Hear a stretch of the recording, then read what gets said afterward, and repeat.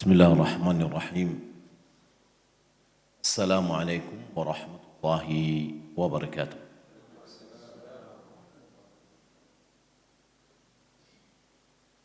Alhamdulillahi ala ihsani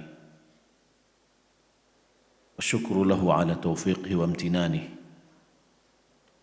Asyhadu an la ilaha illallah wahdahu la syarika lah ta'ziman li sya'ni. وأشهد أن محمدًا عبده ورسوله الداعي إلى رضوانه صلوات ربي وسلامه عليه وعلى آله وصحبه ومن استنى بسنته واهتدى بهديه وتمسك بسنته وتمسك بشريعته إلى يوم الدين. أما بعد، kaum muslimin dan muslimat rahimani wa rahimakumullah, alhamdulillah, puji syukur kita ucapkan kepada Allah atas segala nikmat dan karunia yang Allah limpahkan. Salat beriang salam semoga dianugerahkan kepada Nabi kita Muhammad sallallahu alaihi wasallam. Allahumma shalli ala Muhammad wa ala ali Muhammad. Kajian kita kembali kita lanjutkan masuk dalam hadis yang ke-36. An Abi Hurairah radhiyallahu ta'ala anna Rasulullah sallallahu alaihi wasallam qala man naffasa an mu'minin kurbatan min kurabid dunya naffasa Allahu anhu kurbatan min kurabi yaumil qiyamah.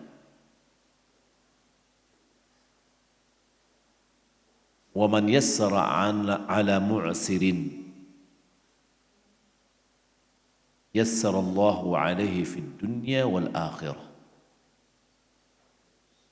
وَمَنْ سَتَرَ مُسْلِمًا سَتَرَ اللَّهُ فِي الدُّنْيا وَالْآخِرَةِ وَاللَّهُ فِي عَوْنِ الْعَبْدِ مَا كَانَ الْعَبْدُ فِي عَوْنِ أَخِيهِ ومن سلك طريقا يلتمس فيه علما سهل الله له به طريقا إلى الجنة وما جلس قوم في بيت من بيوت الله يتلون كتاب الله ويتدارسونه بينهم إلا نزلت عليهم السكينة وغشيتهم الرحمة وحفتهم الملائكة وذكرهم الله في من عنده وَمَنْ بَطَّأَ بِهِ عَمَلُهُ لَمْ يُسْرِعْ بِهِ نَسَبُهُ. Rawahu Muslim. Kaum muslimin dan muslimat yang dirahmati Allah Subhanahu wa taala, hadis ini diriwayatkan oleh Imam Muslim dari Abi Hurairah, di mana Rasulullah sallallahu alaihi wasallam bersabda, "Man naffasa an mu'minin qurbatan min qurabid dunya naffasallahu anhu qurbatan min qurabi yaumil qiyamah."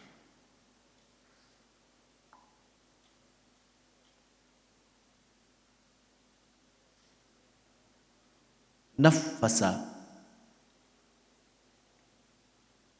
yakni meringankan sehingga dia bisa bernafas.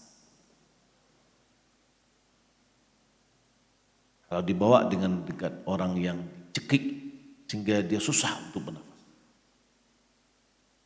lalu direnggangkan cekikannya sehingga dia bisa bernafas. Kurbatan itu adalah beban yang sangat berat, kondisi yang berat yang menjadikan orang yang tertimpa itu sangat kesulitan. Seakan-akan dia ditimpa oleh sebuah kondisi yang menyebabkan dia tidak bisa bernafas. Lalu datang orang yang meringankannya sehingga sedikit bisa tidak dihilangkan, tapi itu masih ada tetap beban, tapi diringankan. Jadi Nabi mengatakan siapa yang meringankan dari seorang mukmin sebuah beban yang berat dari beban-beban dunia,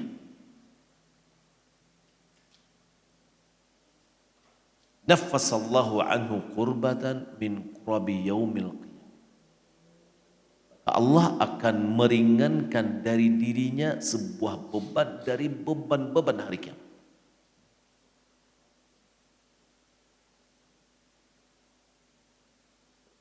Batas kalau kita lihat beban di dunia, ada orang yang tidak bisa memikulnya, paling-paling ujungnya apa? Mati. Sudah mati gak ada lagi, gak ada rasa beban, tidak ada, sudah selesai. Tapi kalau di akhirat tidak ada mati. Berarti beban itu sangat jauh lebih berat dan terus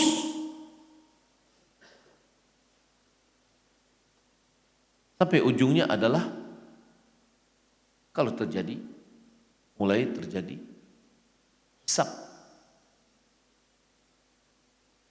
Kondisi pada mahsyar, yakni yaumul qiyamah itu maksudnya pada mahsyar. Masing-masing kita memiliki kondisi sesuai dengan amalan perbuatan kita dan dosa kita.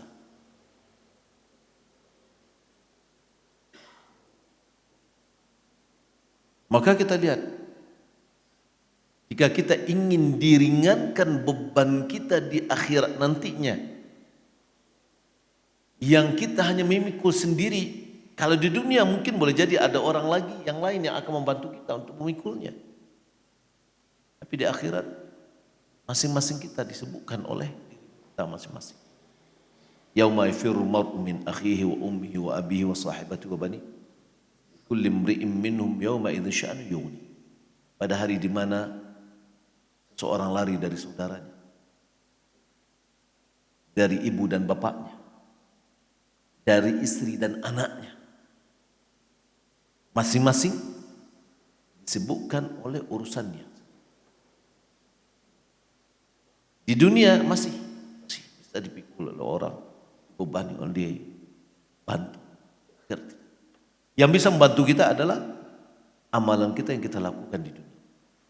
Maka di sini kembali kepada al-jaza jinsil amal. Balasan itu kita raih sama dengan jenis amalan yang kita kerjakan. Balasannya di mana? Di akhirat.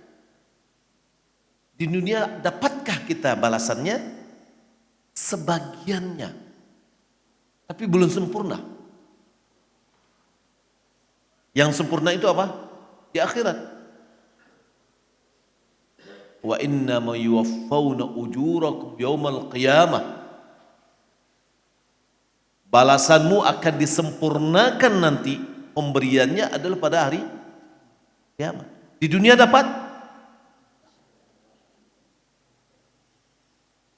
karena Allah Subhanahu wa taala bersifat syakur, yang maha berterima kasih.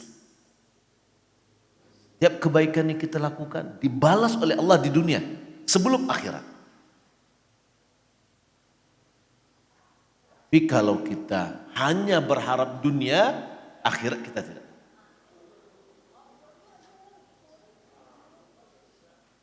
Nah, di sini kita lihat pembebanannya adalah pada titik di akhir.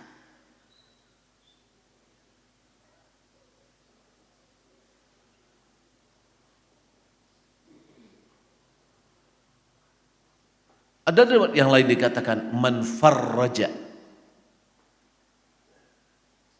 Tafrij itu menghilangkan. Beda dengan nafasa tadi. Nafasa tadi seperti memberikan rongga untuk bernafas. Masih berat nih. Tapi kalau tafrij itu menghilangkan. Siapa yang menghilangkan sebuah beban dari beban-beban dunia, maka Allah akan hilangkan sebuah dari dirinya sebuah beban dari beban-beban akhirat. Al-jaza min jinsil amal.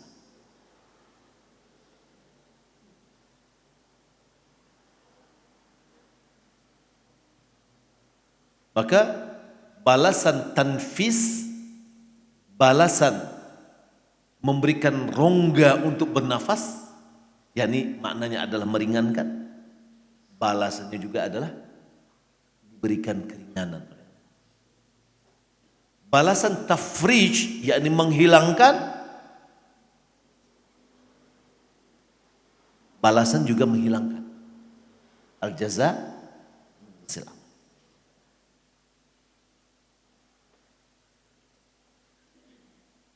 Wa man yassara ala mu'sirin,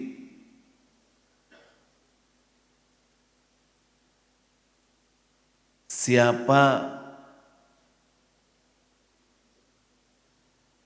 yang memudahkan terhadap orang yang susah,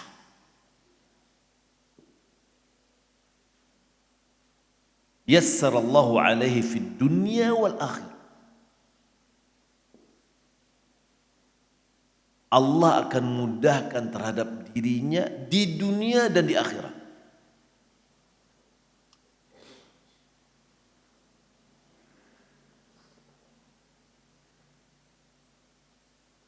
Kesusahan itu juga akan terjadi di akhirat. Sebagaimana kesusahan itu banyak kita rasakan adalah di dunia.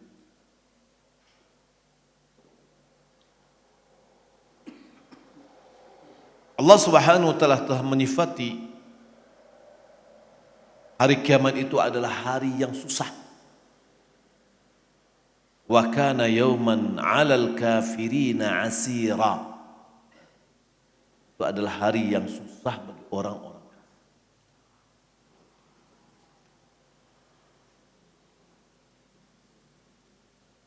Kemudahan kepada orang yang susah di dunia dari sisi harta. Karena manusia kesusahan hidupnya ya dari harta. Maka ini bisa terjadi di satu di antara dua.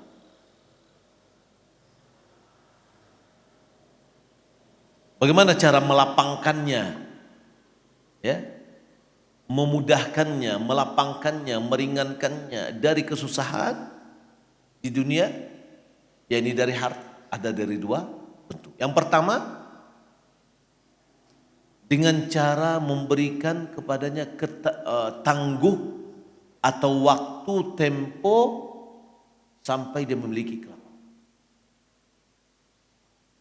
Ini bagian dari taisir. Ada orang berhutang, belum bisa dia bayar, maka hendaklah dia berikan tangguh. Wa in kana dzu usratin fa nadhiratun ila maisarah. Jika dia adalah orang yang susah dari hartanya, belum ada yang bisa untuk dia bayar, maka tangguhkan sampai dia memiliki kelapa. Itu bagian dari bentuk taisir, memudahkan.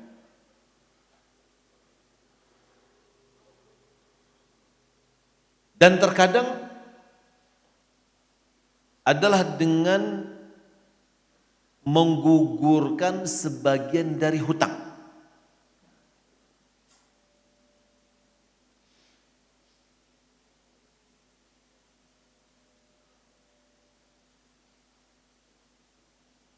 Kalau dia seandainya dia punya hutang dengan kita, ya, kita maafkan. Wa in kanu dzu usratin fa nadhiratun ila maisarah wa an tasaddaqu khairul lakum kuntum ta'lamun. Bersedekah kepada orang yang berhutang, yang dia punya hutang ke kita. Bagaimana caranya? Sedekah itu kita anggap hutang itu kita anggap sedekah dengan cara menggugurkan hutangnya. Hutang ambo itu sudah maafkan. Itu bagian dari taisir. Atau memberinya sesuatu yang bisa menghilangkan kesusahan itu, yakni hutangnya. Jika seandainya dia berhutang dengan orang lain, lalu kita berikan, Anda punya hutang berapa? 1 juta ke sebulan. Dia datang terus minta, saya tidak punya uang. Sudah, ini uang 1 juta, bayar. Ya, itu juga adalah memudahkan orang yang susah. Kedua-duanya memiliki keutamaan yang agung. Kalau dia berhubungan dengan harta kita, kita maafkan. Itu adalah memudahkannya. Jika dia punya hutang kepada orang lain, kita berikan senilai hutangnya sehingga dia melunasi hutangnya. Itu juga adalah. Dalam Sahihain Bukhari dan Muslim dari Abu Hurairah radhiyallahu ta'ala anna Nabi sallallahu alaihi wasallam qala kana tajirun yudayinu annas. Ada seorang pedagang suka menghutangin manusia. Fa idza ra'a mu'siran, jika dia melihat ada yang berhutang itu susah, qala lisbianihi, dia katakan kepada anak buahnya yang memungut hutang, tajawazu anhu. Tajawaz itu bisa dengan artian tidak usah ditagih, biarin aja, langkaui aja lah. Dia mau datang sini, ternyata dia susah, sudah nggak ditagih, ya, pergi ke tempat yang lain ditagih. Dia katakan itu kepada anak buahnya, la'alla Allah yatajawaza anna, semoga Allah juga memaafkan kita. Fatajawazallahu anhu, Allah pun memaafkan. Kesalahan-kesalahannya tidak ditagih, tidak dihitung. Imam Muslim juga meriwayatkan dari hadis Abi Qatadah dari Nabi sallallahu alaihi wasallam, beliau bersabda,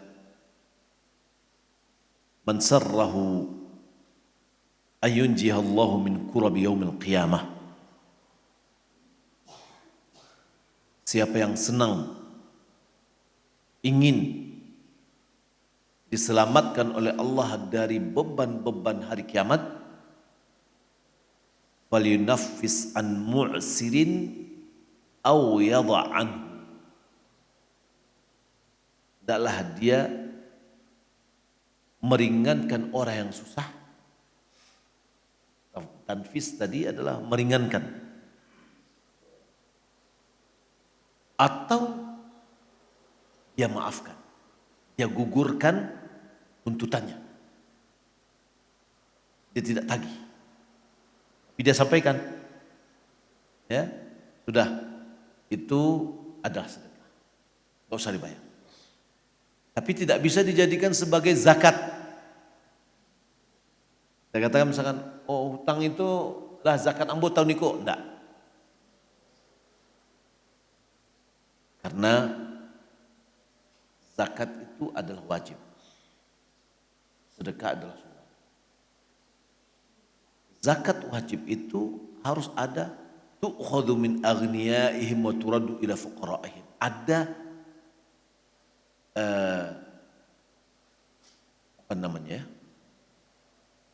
tindakan diambil dari yang kaya diberikan kepada miskin. Amalan wajib itu zahir, tampak, karena itu adalah bagian dari syiar. Contoh salat wajib, masjid, salat sunat, rumah.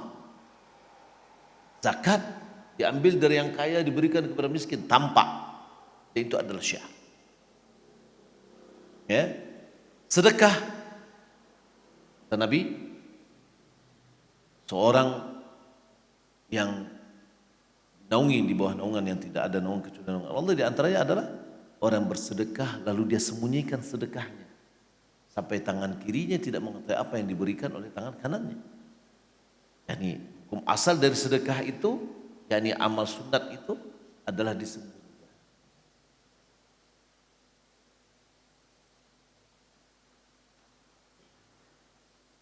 Lalu Nabi SAW mengatakan, wa man satara musliman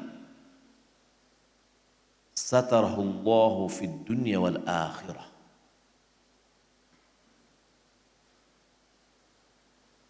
Siapa yang menutup seorang muslim, maksudnya menutup aibnya, maka Allah akan menutup aibnya juga di dunia dan di akhirat.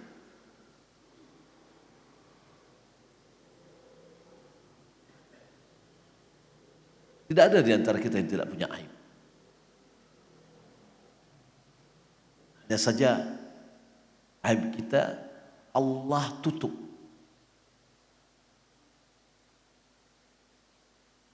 Kalau Allah bukakan aib kita, dosa dan aib kita ini berbau, mungkin tidak ada orang yang akan mendekati. Tapi Allah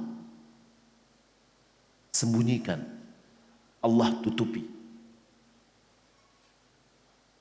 Hadis yang seperti ini sangat banyak, yang senada dengan yang banyak. Sebagian salaf, atau diriwayatkan dari sebagian salaf, dia mengatakan, adraktu qauman lam yakun lahum uyubun.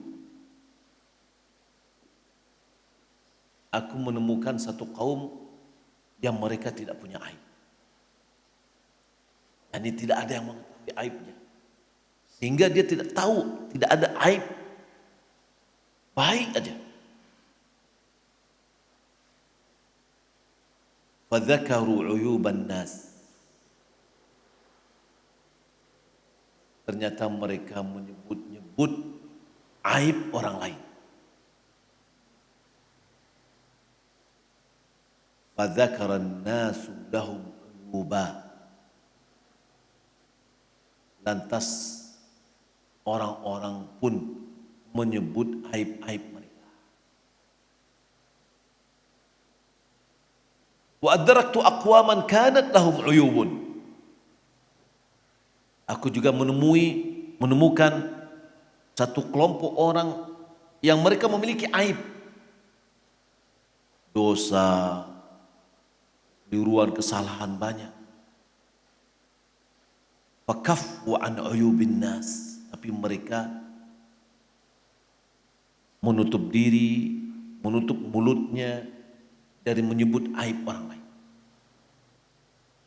Fanusiyat uyubuhum, aib mereka pun terlupakan. Au kama qala, atau riwayatnya mirip dengan itu.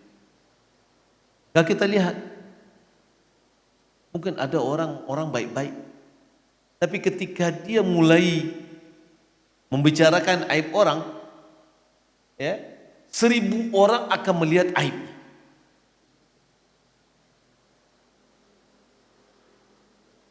Coba kita lihat di medsos sekarang ini lah, ketika dia mulai membicarakan orang, ya, netizen ini semuanya membuka aibnya. Malah satu hal yang mungkin tidak terlintas bagi dia dibuka. Tapi coba dia tidak pernah mengusik orang,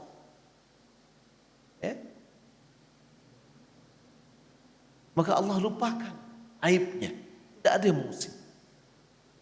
Yang sudah pasti kita ini adalah orang berdosa. Betul tidak? Nabi SAW mengatakan, kullu bani Adam khata. Setiap anak Adam itu banyak kesalahan. Wa khairu khata'ina at-tawwab. Sebaik-baik orang yang banyak kesalahannya adalah orang bertaubat.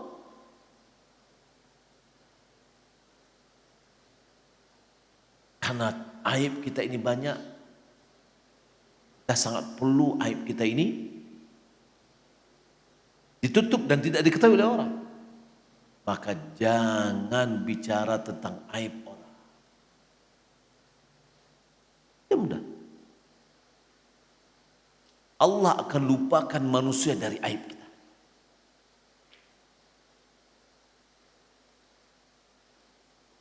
Dibuktikan juga dengan hadis Abi Barzah. An Nabi sallallahu alaihi wasallam annahu qala.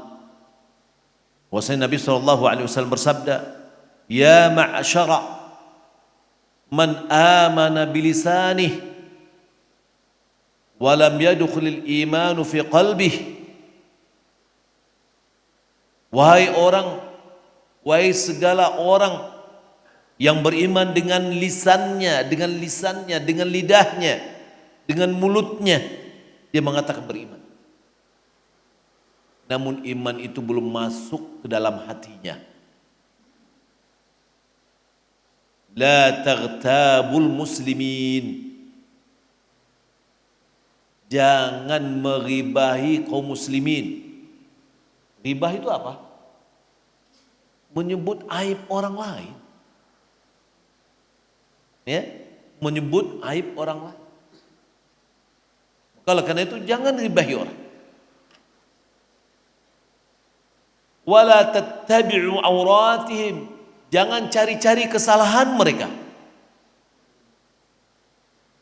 Fa innahum man tatabba'a auratihim. Sesungguhnya siapa yang mencari-cari kesalahan kaum muslimin, tatabba'a Allahu auratahu. Allah akan mengungkap aibnya, auratnya. Wa man tatabba Allahu auratahu, siapa yang Allah ungkap aibnya,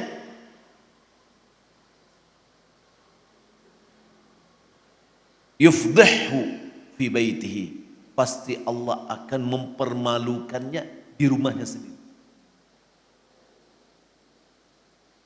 Rumah itu adalah tempat kita menutup aib kita. Karena gara-gara membuka aib orang lain, kita sendiri dipermalukan di rumah kita. Hadis diriwayatkan oleh Abu Dawud, Imam Ahmad, juga diriwayatkan oleh Tirmidzi dengan makna, dengan senada dengan itu dari hadis Ibnu Umar. Lalu Nabi mengatakan, wallahu fi aunil abdi ma kana al-abdu fi auni akhi. Allah selalu berada di dalam membantu hamba. Ini maknanya Allah selalu membantu hamba.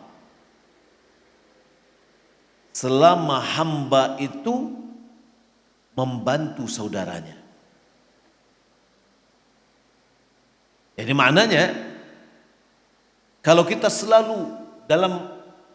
selalu berharap Allah memenuhi kebutuhan kita, bantu orang lain dalam memenuhi kebutuhannya. Kalau kita mau Allah selalu membantu kita, bantulah orang lain dalam seluruh kebutuhan.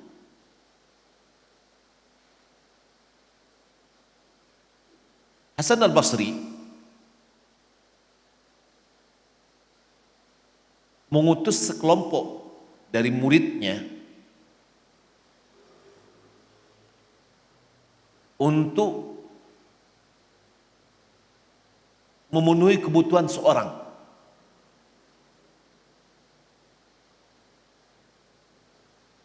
Lalu beliau mengatakan kepada orang yang sudah ditugaskan tadi, muru bi Thabit al-Bunani, muru bi Thabit al-Bunani, singgahlah ke Thabit al-Bunani, ini adalah seorang tabi'in, fakhudhuhu ma'akum, ajak dia bersamamu untuk membantu orang ini. Ya, Thabit Bunani, seorang tabi'in. Jadi diutus lah, misalnya taruhlah 5 orang. Ayo singgah ke rumahnya Thabit, baunya.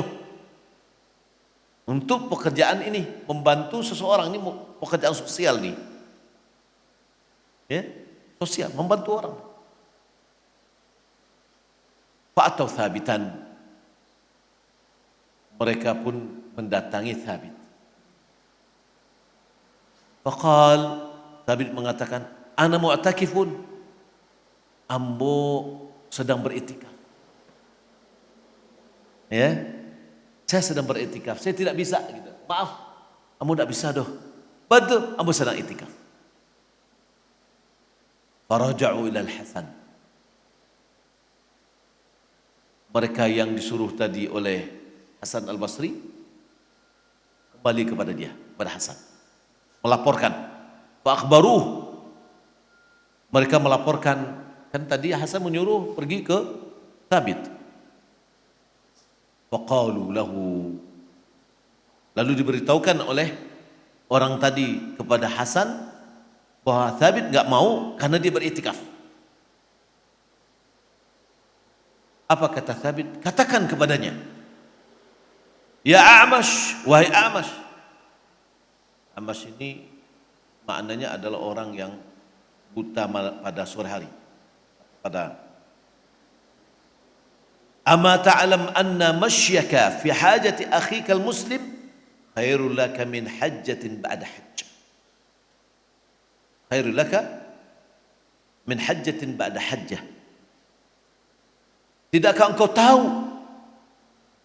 bahwa engkau berupaya, bergerak, berusaha, berjalan dalam memenuhi kebutuhan saudaramu muslim, itu lebih baik bagimu daripada haji dan haji. Haji gini, haji besok, haji berikutnya. Itu membantu saudara, itu lebih baik daripada haji yang dilaksanakan berkali-kali.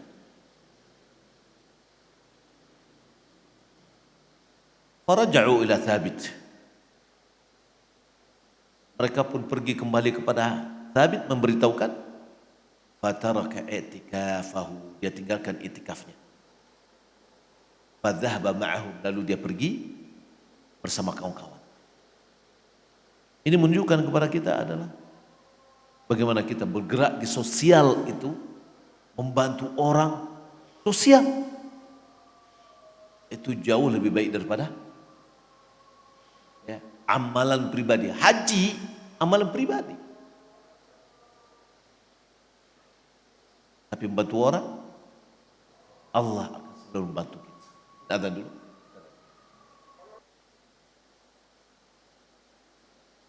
Kita lanjutkan. Abu Bakar Siddiq radhiyallahu ta'ala anhu.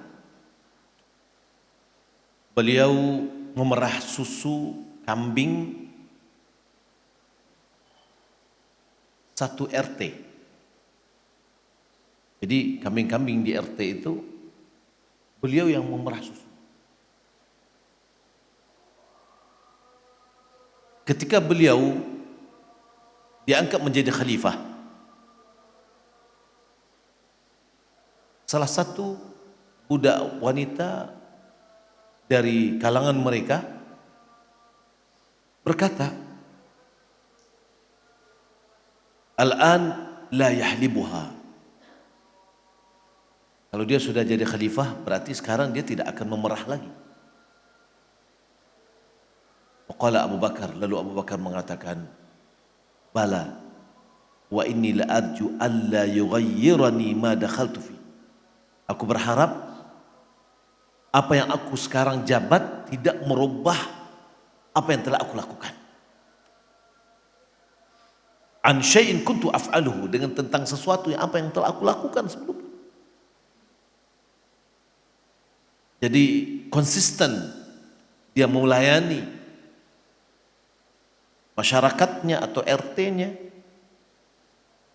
ya. Karena orang Arab itu yang memerah susu itu adalah laki-laki, tidak perempuan.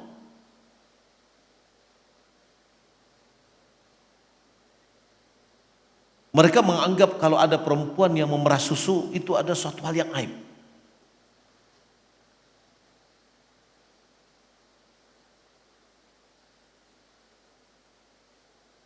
Apabila kaum laki-laki pergi bersafar jauh, mungkin perang dan yang lainnya, maka kaum wanita yang tinggal membutuhkan kepada orang yang bisa memerah susu-susu kambing itu untuk mereka. Jadi tidak perempuan itu yang memerah. Abu Bakar Siddiq radhiyallahu taala dialah yang melakukan dalam melayani kebutuhan masyarakat. Umar begitu juga. Umar selalu peduli kepada para janda. Di mana pada malam hari Umar menghantarkan air, kebutuhan air para janda. Pada suatu malam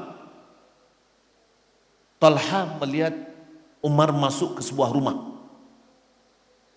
yang di situ ada seorang perempuan. Pada siang hari Talha ini datang mendatangi rumah tersebut. Ternyata perempuan itu adalah perempuan yang tua, yang buta, yang sudah duduk saja.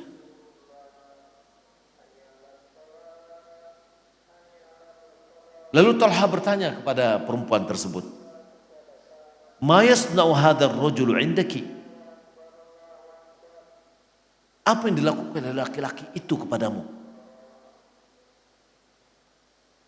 Qalat, dia mengatakan, "Hadza lahu mundhu kadza wa kadza yata'ahaduni. Ya'tini bima yuslihuni wa yukhriju 'anni al-adha." Ini orang, dia telah melakukan sekian tahun dengan saya. Selalu peduli dengan saya. Dia memberikan, membawa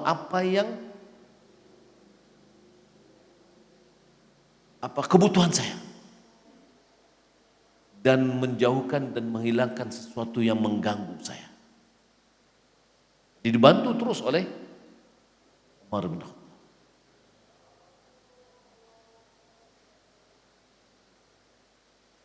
Abu Wa'il dia mendatangi wanita-wanita yang ada di kampungnya, dan wanita-wanita tua dia datangi setiap hari. Dia membelikan kebutuhan-kebutuhan mereka dan apa yang cocok bagi mereka. Jadi kerjanya hanyalah untuk membantu orang-orang yang tidak mampu ini belanja, mungkin ke pasar, ya. Itu aja kerjanya, untuk membantu orang-orang yang tidak bisa melakukan dan dia lakukan. Mujahid dia mengatakan, "Sahibtu Ibnu Umar fi safar di akhdimahu." Mujahid dia mengatakan, aku menemani Ibnu Umar dalam sebuah perjalanan agar aku bisa melayaninya, membantunya. fakana yakhdimuni. Ternyata Ibnu Umar itulah yang melayani saya. Maunya Mujahid tadi mau melayani Ibnu Umar, Ibnu Umar lah memberikan pelayanan kepada temannya. Yang tentu Mujahid adalah tabi'in. Ibnu Umar sahabat. Jauh lebih mulia Ibnu Umar daripada Mujahid. Tapi Ibnu Umar yang melayani. Dan banyak dari orang-orang yang soleh, apabila mereka dalam perjalanan atau safar, mensyaratkan kepada teman-temannya bahwa dialah yang akan melayani teman-temannya di dalam safar. Berikan apa, menyuguhkan apa, ya, dan seterusnya. Dan ini gambaran bagaimana yang disebut oleh hadis Nabi SAW tadi adalah Allah fi aunil abdi madamal abdu fi auni akhi. Allah selalu membantu hamba selama hamba itu juga selalu membantu. Nah, mereka bekerja, melakukan, membantu saudaranya. Nah, iman mereka, percayaan mereka dan keyakinan mereka bahwa Allah akan membantu. Kemudian hadis Nabi berikutnya, wa man salaka tariqan yaltamisu fihi ilman sahhalallahu lahu bihi tariqan ilal jannah. Siapa yang menempuh satu jalan yang pada jalan itu dia mencari ilmu, maka Allah akan mudahkan baginya dengan jalan itu sebuah jalan ke surga. Dengan ilmu itu sebuah jalan ke surga. Allah Subhanahu wa taala memudahkan baginya dengan ilmu tadi sebuah jalan ke surga. Menempuh jalan untuk mencari ilmu, masuk di dalamnya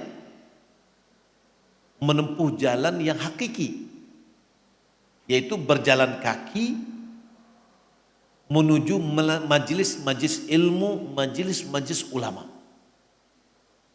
yang hakiki.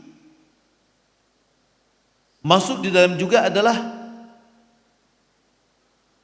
yang maknawi, menempuh cara-cara yang bisa menghantar kita untuk mendapatkan ilmu. Itu juga menempuh jalan. Ya, seperti menghafal ilmu, pelajarinya, memudzakarahnya, mengulang-ulanginya, membacanya, menulisnya, memahaminya. Itu adalah menempuh jalan. Dan yang lainnya yang mana itu adalah jalan-jalan yang bersifat maknawi yang dengannya kita bisa menggapai ilmu. Nabi mengatakan sahhalallahu lahu bihi tariqan ilal jannah. Allah mudahkan baginya dengan ilmu itu sebuah jalan ke surga. Boleh jadi dengan ini dimaksud bahwa Allah memudahkan baginya ilmu yang dia tuntut dan dimudahkan baginya untuk meraih. Dan ilmu itulah sebuah jalan yang bisa menghantarnya menuju ke surga. Atau boleh jadi maknanya adalah Allah mudahkan bagi penuntut ilmu apabila tujuan dia dalam menuntut ilmu itu adalah wajah Allah, ikhlas karena Allah, Allah mudahkan baginya bermanfaatnya ilmu untuknya. Dimudahkan baginya untuk mengamalkan konsekuensi dari ilmu itu.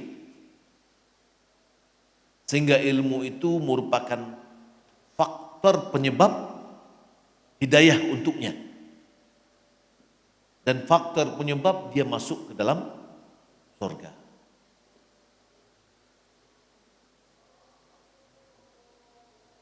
Terkadang Allah Subhanahu wa taala memudahkan bagi penuntut ilmu dengan dia menuntut ilmu-ilmu yang lain. Bukakan baginya pintu-pintu ilmu yang lain.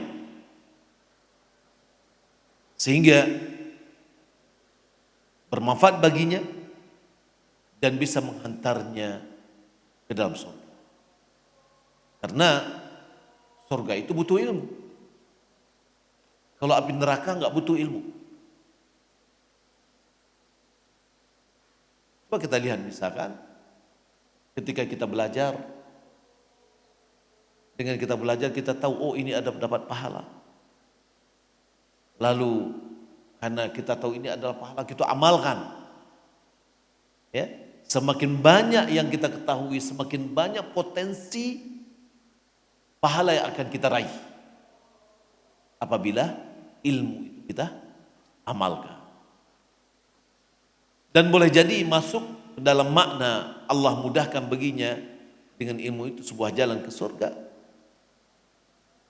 Yakni jalan yang hakiki pada hari kiamat. Jalan yang menuju ke surga, dimudahkan oleh Allah jalan menuju ke surga yang hakiki yaitu as-sirat. Jembatan. Dan apa yang terjadi sebelumnya Allah mudahkan. Ya. Dan apa yang setelah itu yang semuanya adalah beban-beban yang berat ya, yang harus dihadapi. Dengan ilmu itu Allah mudahkan sehingga dia mudah untuk masuk ke dalam surga.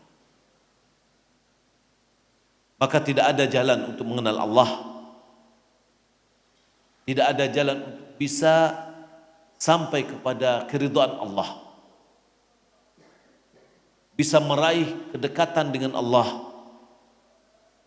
Bisa melewati menuju kepada Allah nanti pada hari kiamat. Tidak ada yang bisa kecuali dengan ilmu yang bermanfaat. Yang mana Allah Subhanahu wa taala mengutus para rasulnya dengan ilmu yang bermanfaat itu. Walladzi arsala rasulahu bil huda wa dinil haq. Al huda adalah ilmu nafi', ilmu yang bermanfaat. Wa dinil haq adalah amal saleh. Yang mana Allah Subhanahu wa taala menurunkan kitab-kitabnya dengan ilmu nafi'. Dengan ilmu yang bermanfaat inilah kita mengenal Allah, kita sampai kepada keridhaan Allah, kita bisa meraih kedekatan dengan Allah, kita bisa masuk ke surga Allah Subhanahu wa taala. Kemudian Nabi melanjutkan, wa ma jalasa qaumun fi baitin min buyutillah. Tidak ada satu kaum yang duduk di salah satu rumah dari rumah-rumah Allah. Yatluna kitab Allah, yang mereka membaca kitab Allah. Wa yatadarasuna bainahum, yang dia mempelajari sesama mereka. Illa nazalat alaihimus sakinah, kecuali ketenangan turun kepada mereka. Wa ghasyiyatuhumur rahmah, rahmat pun turun kepada mereka. Wa haffathumul malaikah, malaikat pun menaungi mereka. Wa dzakarahumullah fi man indah, Allah pun menyebut mereka di hadapan para malaikat yang ada di sisinya. Ini menunjukkan dianjurkannya duduk di masjid. Ini maksudnya duduk di masjid. Ya, dianjurkan duduk di masjid untuk membaca Al-Quran dan mempelajari Al-Quran. Dan ini juga menunjukkan bahwa sebaik-baik tempat kita belajar adalah masjid. Nabi SAW memberitahukan balasan orang yang duduk di masjid, yang mereka mempelajari kitab Allah. Bagian dari mempelajari kitab Allah, ada mempelajari agamanya. Ada 4 manfaat yang didapatkan. Yang pertama, turunnya ketenangan kepada mereka. Yang kedua, datangnya rahmat kepada mereka. Allah berfirman, "Inna rahmatallahi qaribun minal muhsinin." Sesungguhnya rahmat Allah itu dekat dengan orang-orang yang berbuat baik. Yang ketiga, para malaikat menaungi mereka. Yang kelima, Allah menyebut mereka di hadapan para malaikat yang ada di sisinya. Allah menyebut hambanya, maksudnya adalah Allah memujinya di hadapan para malaikat-malaikat dan berbangga dengan mereka. Dan itulah yang disebutkan dengan Allah menyebut mereka. Jadi kita yang duduk di majelis ilmu di masjid, ya, kita akan mendapatkan 4. Sebagian para salaf membawa anak-anak mereka, walaupun belum tahu, tapi dia bisa diatur, ya, untuk mendapatkan manfaat ini, dapatkan ketenangan, dapatkan rahmat, menaungi malaikat, disebut oleh Allah Subhanahu wa taala. Tapi tentunya anak yang bisa kita arahkan, jangan membuat keributan. Ya, bayi-bayi boleh, ya, akan dapat juga faedah tersebut, walaupun dia tidak tahu apa yang terjadi. Tapi yang ada di situ akan mendapatkan, ya, manfaat yang 4 tadi. Lalu di akhir Nabi SAW mengatakan, "Wa man batta'a bihi amaluh lam yusri' bihi nasab." Siapa yang amalannya memperlambatnya masuk ke dalam surga, maka nasab keturunannya tidak akan pernah mempercepatnya. Maknanya annal amal, sesungguhnya amalan yang bisa menghantar, ya, sesungguhnya amalan itulah yang bisa menghantar hamba itu di akhirat kepada derajat yang tinggi. Siapa yang amalannya diperlambatnya, amalannya pelambat pada tingkat-tingkat yang tinggi di sisi Allah Subhanahu wa taala, maka nasabnya tidak akan bisa mempercepatnya untuk meraih derajat yang tinggi tersebut. Kenapa? Karena Allah Subhanahu wa taala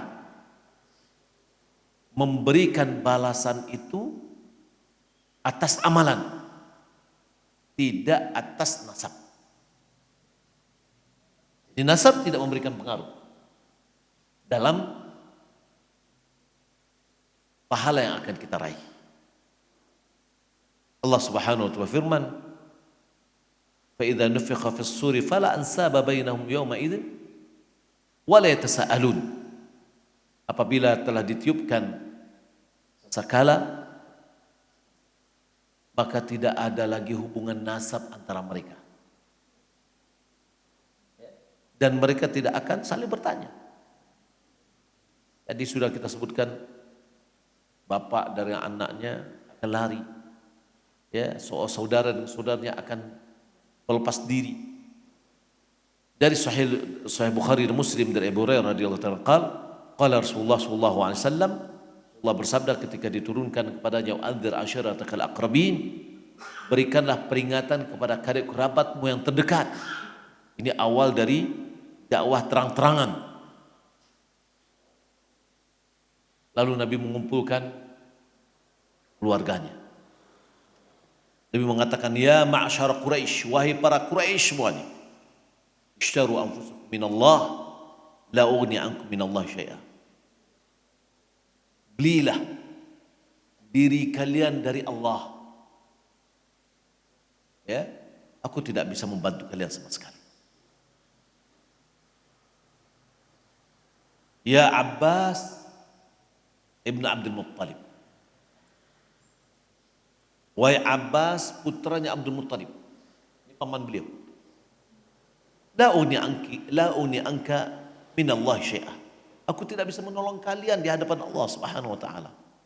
Aku tidak bisa menolongmu di hadapan Allah Subhanahu wa taala. Ya Safiyah ammata Rasulillah, wahai Safiyah bibinya Rasulullah, la uni anki minallah syai'ah. Aku tidak bisa membantumu di hadapan Allah semasa. Ya Fatimah binti Muhammadin,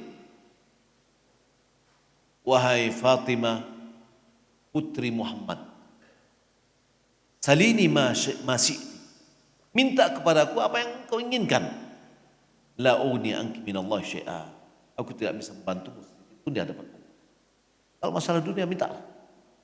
Di akhirat kembali kepada masing-masing amalan.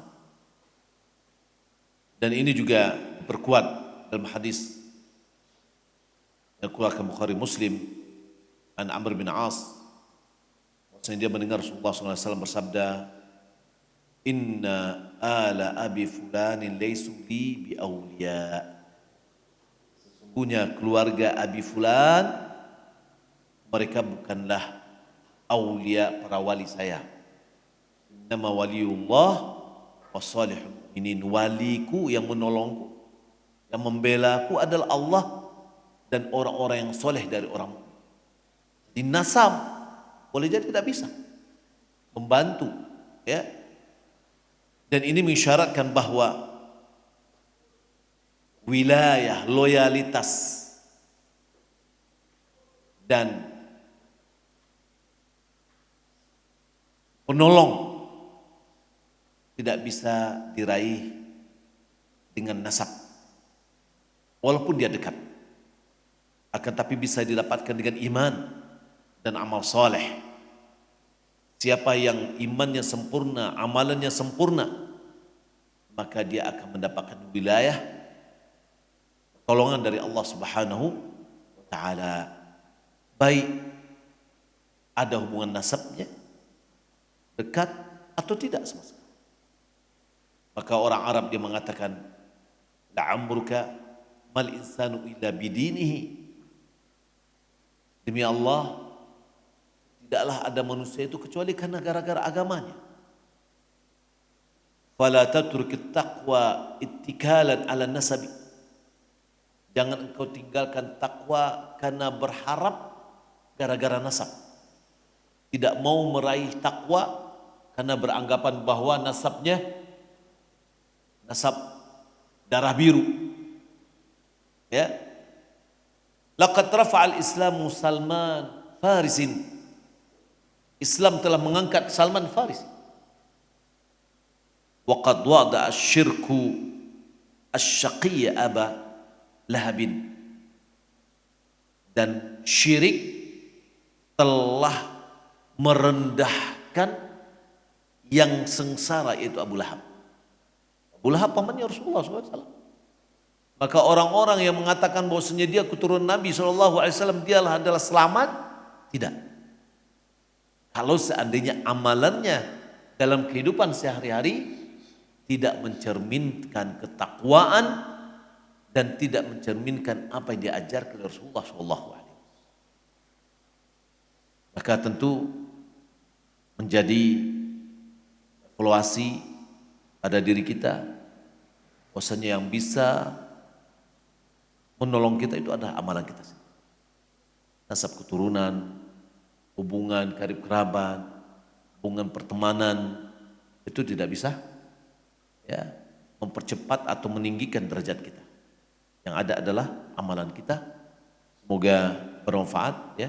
Dan hadis yang dibacakan tadi hadis yang banyak tadi mirip juga dengan hadis kata Nabi SAW dari Sahih Bukhari Muslim dari Ibnu Umar, an Nabi SAW qala al muslim akhul muslim. Muslim itu saudaranya muslim yang lain. La yadhlimuhu wa la yuslimuhu. Maka dia tidak boleh menzalimi muslim lain. Tidak boleh menyerahkan muslim yang lain. Ya. Man kana fi hajati akhihi kana Allah fi hajati. Siapa yang selalu memenuhi kebutuhan saudaranya, maka Allah akan selalu memenuhi kebutuhannya. Wa man farraja an muslimin, siapa yang menghilangkan kesusahan dari seorang muslim, farrajallahu anhu min kurabi yaumil qiyamah, maka Allah akan menghilangkan dari dirinya kesusahan pada hari kiamat. Wa man satara musliman satara Allahu yaumal qiyamah, siapa yang menutup aib seorang muslim, maka Allah akan menutup aibnya pada hari kiamat. Di mana kita sangat memerlukan ya ditutupnya aib kita di dunia dan wallahu ta'ala alam. Mudah-mudahan bermanfaat. Kalau seandainya ada yang mau ditanyakan ya untuk diskusikan, wallahu ta'ala.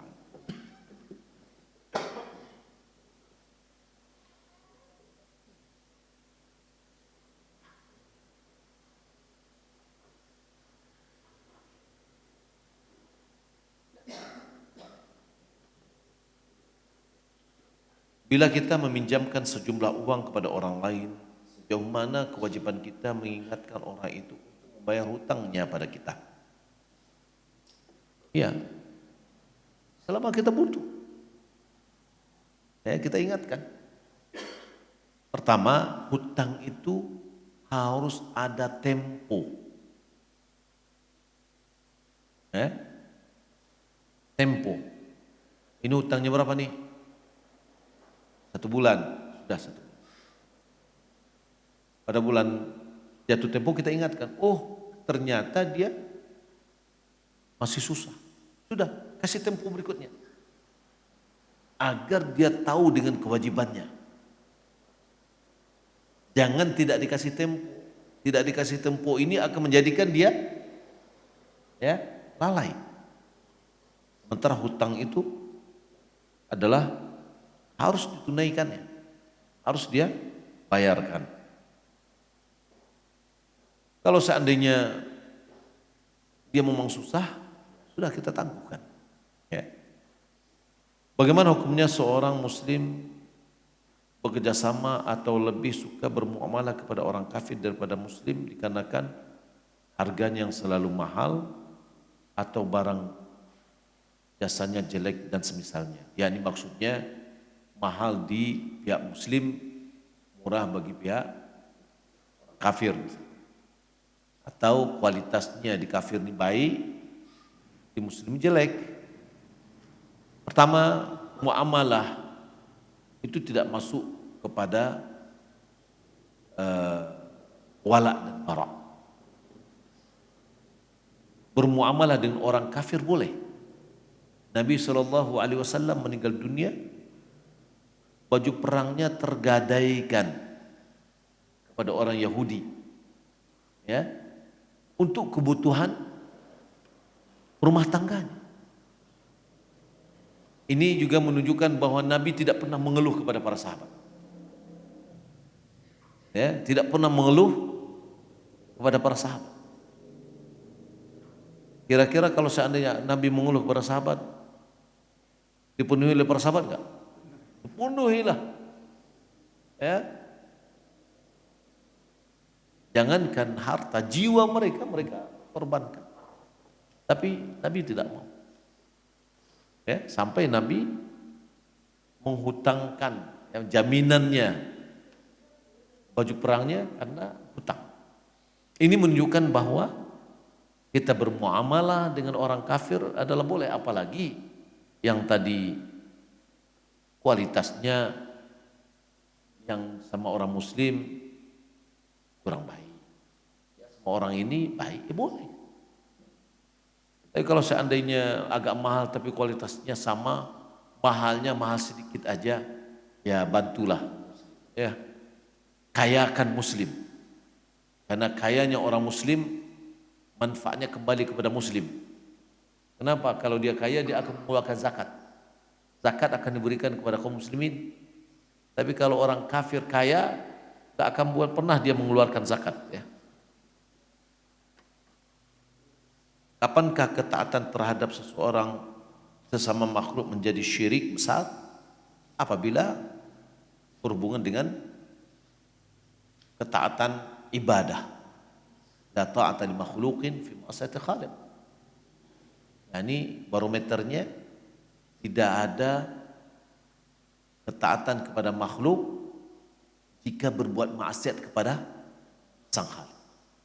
Jadi kalau bermaksiat kepada Sang Khalik lalu dia taati untuk bermaksiat kepada Sang Khalik, maka ini jatuh kepada syirik.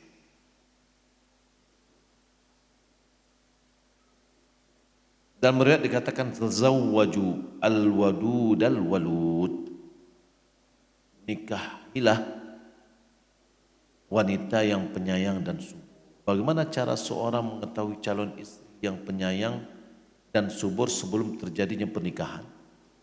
Kan bisa kita lihat karakternya, ya, kita carikan informasi, atau kita utus orang tua kita, saudara perempuan kita cari informasi.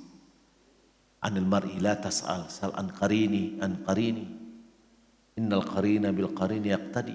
Tentang seorang jangan ditanya, tapi tanya temannya. Karena seseorang ya akan meniru temannya. Coba kawan Josiah, ya tanya kawannya, apa sifatnya. Adapun subur, apakah ini menunjukkan bahwa kita menikahi janda yang sudah punya banyak anak? Enggak. Ya, lihat dia dari keluarga yang kakaknya bagaimana, dia bersaudara, oh dia bersaudara 10, ya berarti ibunya subur. Ibunya subur biasanya anak-anak perempuannya juga subur. Lihat kakaknya punya anak banyak, adiknya punya banyak anak. Nah ini adalah bagian dari cara kita untuk melihat kesuburannya. Wallahu alam. Bolehkah kita menyampaikan aib seseorang kepada orang lain dengan maksud agar berhati-hati terhadap orang yang kita sebut aibnya tersebut supaya tidak memudaratkan kita dan orang lain? Aibnya apa? Di dalam mentahdir, mengingatkan orang lain, lalu kita sebutkan aibnya dalam berhubungan dengan itu, ya, maka tidak apa-apa dan itu tidak masuk aib. Ada 6 pengecualian yang dikecualikan oleh Imam An-Nawawi. Tapi kalau seandainya dia suka tidak membayar hutang, suka berhutang dan tidak mau bayar, lalu kita katakan kalau datang pulang minta minjam piti, jangan mau hendak apa itu nyoba tangka dengan istrinya.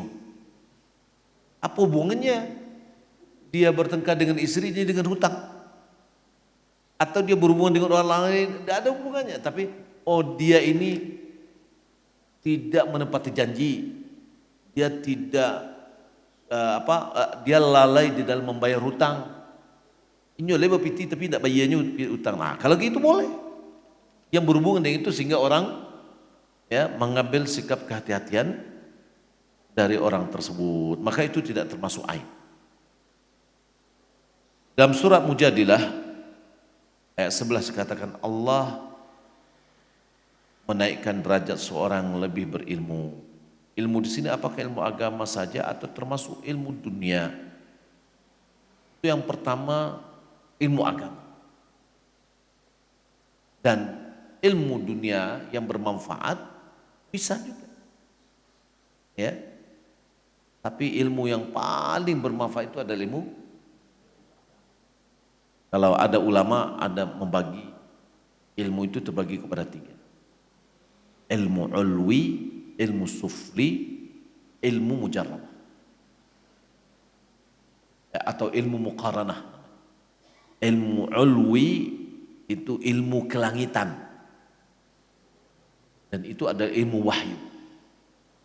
Semuanya adalah baik, tidak ada yang buruk. Ya. Ilmu sufli, ilmu bumi. Ya, maksudnya ilmu yang rendah itu adalah sihir. Ya, semua dengan itu. Semuanya adalah jelek, tidak ada yang baik. Jadi tidak ada namanya sihir putih. Semuanya adalah hitam. Ya. Kemudian yang di tengah-tengah yaitu ilmu muqaranah. Ilmu perbandingan. Semua ilmu tajribah, percobaan itu semuanya adalah perbandingan. Ya, kedokteran atau apa. Ilmu-ilmu yang dianggap adalah ilmu baik itu adalah perbandingan. Tidak cocok dengan kau, dibayarkan si kau seketika, baru cocok. Gitu. Ilmu dunia yang baik itu kembali kepada si pemakai. Ya. Ilmu kesehatan baik atau tidak? Baik. Tapi ketika dipakai oleh orang yang tidak bertakwa, ya, menjadi jelek. Bukannya menyembuhkan tetapi mendatangkan penyakit. Bukannya menghidupkan tapi mematikan. Walaupun itu adalah ilmu yang tadinya ilmu baik. Dia adalah senjata yang punya 2 mata. Sama dengan pisau. Pisau bisa meracik bawang, ya, bisa juga meracik leher. Jadi semuanya sesuai dengan atau kembali kepada yang memegangnya. Wallahu ta'ala alam, demikian yang dapat kita sampaikan. Semoga bermanfaat. Sallallahu alaihi wa ala alihi wa sahbihi ajma'in. Wassalamualaikum warahmatullahi wabarakatuh.